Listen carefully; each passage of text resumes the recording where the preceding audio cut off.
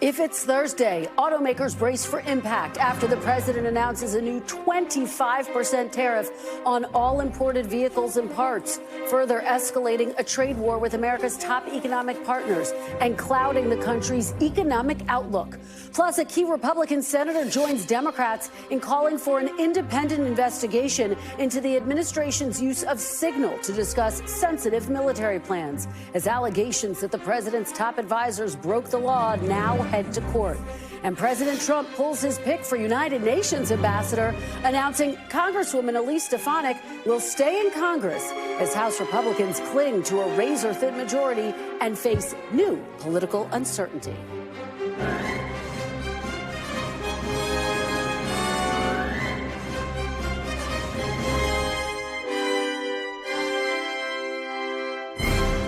Welcome to Meet the Press Now. I'm Kristen Welker in Washington, where the White House is trying to turn the page amid new fallout over its use of a commercial messaging app to discuss highly sensitive military information.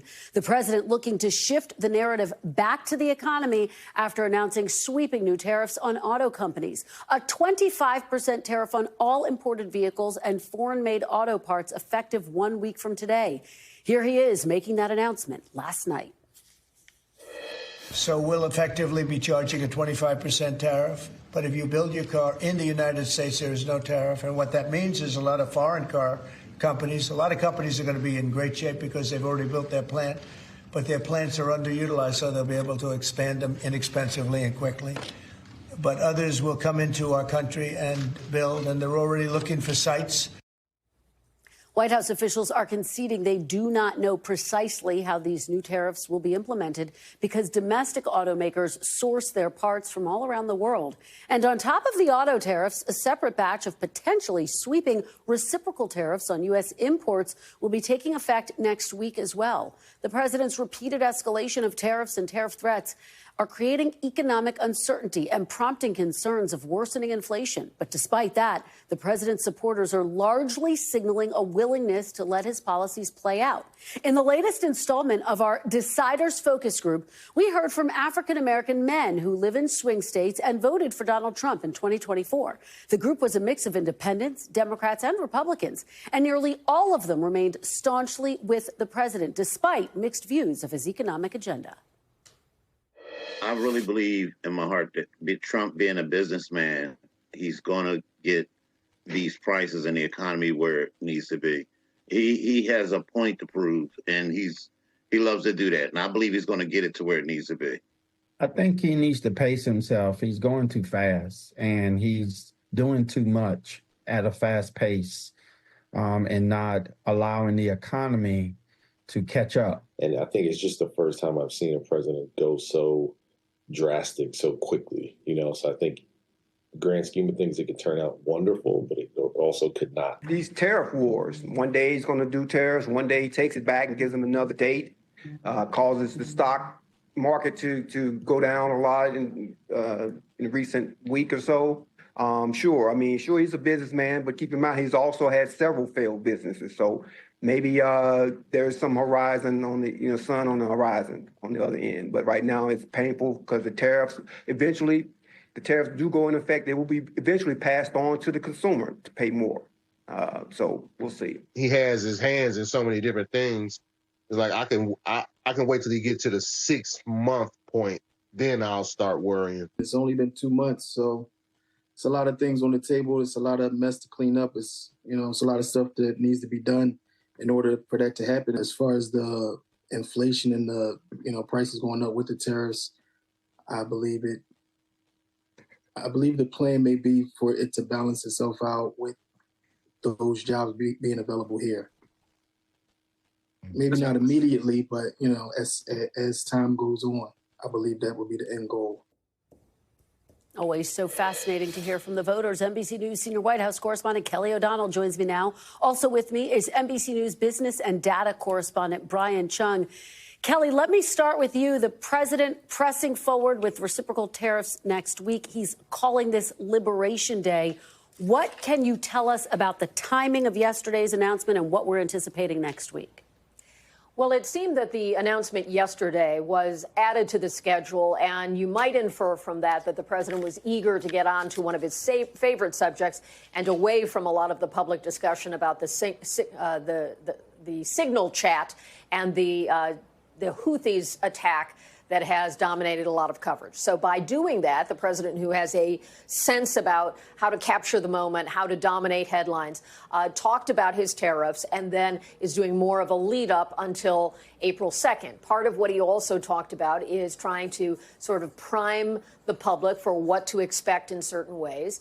And at the same time, talking about how this could change in the long term, especially for the automobile industry. He made reference to the fact that there are some factories that are in the United States that are underperforming their available capacity or could be plussed up to do more.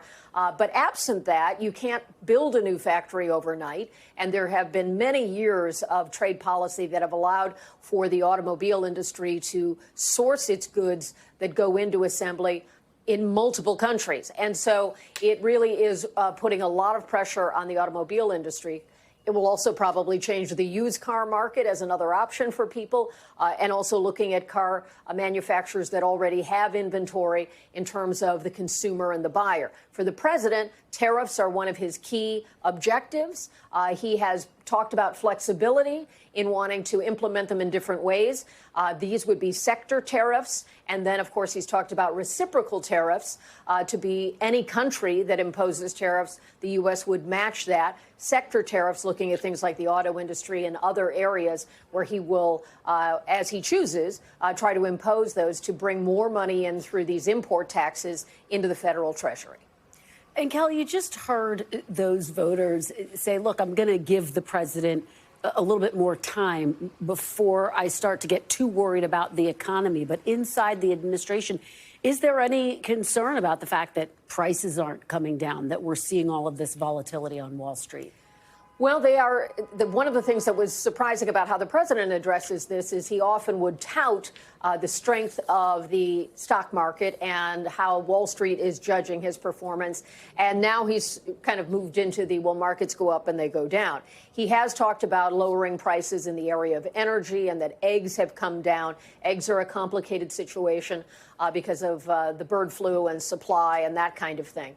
They are focused on wanting to reduce costs for the American people. They bristle and really push back whenever, as reporters, we raise the issue of tariffs being an additional cost on those bringing goods into the country and how likely that is to be passed on to the consumer. He says little disturbance, short-term disturbance. We'll see how voters take that as that's really felt in real terms. We will. And of course, it is the top issue for voters. Brian, let me turn to you. Of course, the big headline yesterday was that this will have an impact on the car industry. What are you watching for in terms of how these tariffs might impact the industry writ large, auto workers, as well as Americans shopping for a new car? Yeah, well, look, when it comes to Americans that are shopping for a new car, it could be just straight up thousands of dollars more in cost. And that's because of this 25% tariff that would be slapped on any car that's coming in from another country, including from our neighbors to the north and south. There's some interesting language within the executive action that says even for vehicles that would be compliant with the USMCA, which is that trade deal that the Trump administration negotiated in the first term, that the percentage of parts that don't come from the United States would be tariffed at a 25% rate, which means that, let's say, for example, you bring in one of the Chevy Silverados that is made in Canada. Yes, it's an American car with an American brand on it, but if 60% of the parts of it inside of it are coming from Canada, well, then 60% of a 25% tariff would be applied. So Goldman Sachs has estimated as a result of all of these tariffs that it could add, get this, between $5,000 to $15,000 in terms of the cost of a foreign car imported into the United States. But even for a domestic car, it could be $3,000 to $8,000 more. So from a consumer standpoint, very much real. And then when it comes to the workforce side of things, you have some like the UAW, that workers union, saying that they're optimistic this could lead to a reshoring of American jobs. But Kristen, folks that we've spoken to have said it is just not possible to reshore American factories within the course of months. It might not even happen in the course of a presidential administration, even if they wanted to. Well, just really great reporting, guys. Thank you so much, Kelly and Brian. Appreciate you both starting us off today. I want to turn now to more from the latest installment of our Deciders Focus Group series. As we mentioned, we are hearing from black men in swing states who voted for President Trump in 2024. One of the biggest takeaways from this key focus group was, despite some disagreements with the president about his tactics, they are standing by their vote. Take a listen to a little bit more of what they had to say. I'd like to know whether, on balance, you approve or disapprove of what the new administration has done since it took over. So by a show of fingers, who approves what the new administration has done since it took over? Marlon, why do you approve? I approve because he's weeding out a lot of things that the other, I would say, Biden and Kamala Harris disrupted in this United States. There's a lot of things. It's going to be a tough job for him in the Trump administration as a whole. But I'm just willing to wait and see what goes forth from now. I believe that he's getting rid of the clutter and things that have been there for a long period of time. And he's just cleaning house. But there's a way to do it. And so I don't 100% agree totally how he's cleaning house, but there are some areas that need to be improved within the government. Ilya? I'd say he said he's going to do some things. He did a lot of things. Whether it actually happens exactly how he wanted to happen or not, at least he tried and actually did something. So that's more than I can say about the Democrats probably ever. Jeffrey, tell me why you disapprove. I disapprove of the way he's handled the firings of government employees. Firing public sector versus the private sector are two different animals. In my opinion, he should have gone in with a scalpel instead of a blowtorch. I think the economy right now is in a position where they're hurting and they need help. That focus group was produced in collaboration with Syracuse University, Engagious and Sago, and joining me now is Director of Syracuse University's Democracy, Journalism and Citizenship Institute, Margaret Talev. Margaret, thank you so much for being here. It's so fascinating to hear their perspective now, just over 2 months into the second Trump administration. What were your biggest takeaways? Because it sounds like, by and large, they are sticking with President Trump. They're saying, look, we want to give him a little bit more time before we make judgments about one of our biggest issues, which is the economy. That's right. And I think it's important to underscore that this is a very niche group of voters. Yeah. This doesn't necessarily represent the overwhelming majority of black men in America or African-American voters in America, but it represents an important segment because this is a segment that President Trump and his team have targeted and said, the Democratic establishment has taken these voters for granted for too long, and there are a lot of men in this country who think that the Democratic Party got too woke or is focusing on the wrong issues or isn't decisive enough. And this survey tells us he is right about a slice of that electorate. More than overwhelming support for Trump, what I heard that was so interesting was just the total disillusionment with these voters, with the Democratic Party.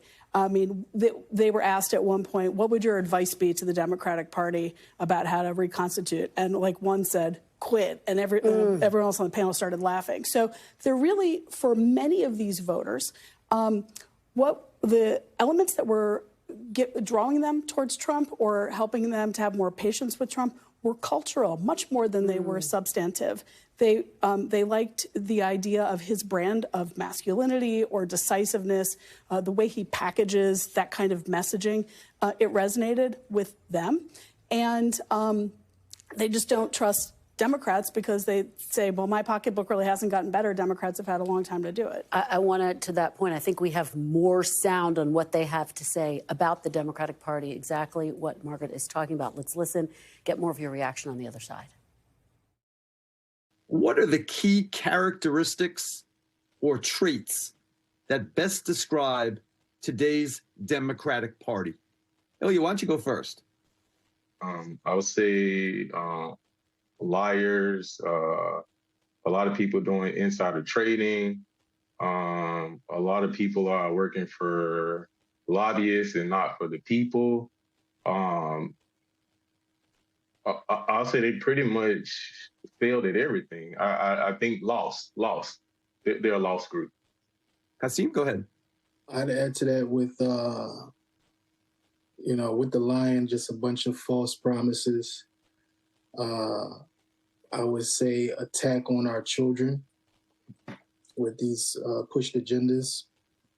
Just not really relatable, just trying to sell a dream that's not the reality. I would say manipulation.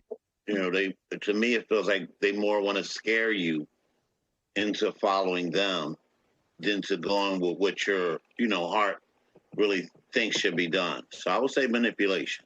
Learn to be honest. Be honest, for sure. Do something. Because they always say they can't do something. Do something. Don't show us something in this head and you hide 1,000 other things that you're going to do behind our back over here. That part, just be upfront, be real with us. That's what they need to do. Margaret, it's just so revealing to hear those answers. And the subtext to a lot of what they're saying is, don't take our votes for granted. That's right. And if you were a Democratic strategist watching this, you'd be banging your head against the wall saying, but what about this? But what about this? But what about them? But what's important to remember, some of their criticism is coming from their personal experience, the way they have perceived the political system, right? And part of it is coming from the way they consume media. And many of the men on these panels get a lot of their news or information from social media. And the depth of knowledge on the substance of some of these issues, what is Doge doing? Do you know what's Elon Musk doing? Do you know what Trump is doing on XYZ? The knowledge is not deep and specific. It's a lot of buzzwords, memes, things they've heard. And so some of this is if your news intake is an algorithm that reinforces certain messages and leaves other messages out, that will be the way you understand an issue. But some of this is not that. Some of this is their lived experience and their frustration with what is default assumed to be the party that should have been representing them all along. And that's a very real thing, and I think worth listening to. Margaret Toliver, it is always so informative and fascinating to have these discussions with you and to hear from these focus groups. Thank you for being here in person, my friend. Great to see you. You too. Coming up, new calls for an independent investigation into the sensitive military plans discussed by top White House officials on Signal. As a judge begins to hear a case about whether laws may have been broken. We're live at the Pentagon with the latest fallout. Plus, President Trump's surprise move pulling the nomination of his pick for ambassador to the UN. Congresswoman Elise Stefanik out of concern that Republicans could lose a seat in the House that they won by more than 20 points. Stay with us. We'll delve into all of it. You're watching Meet the Press now.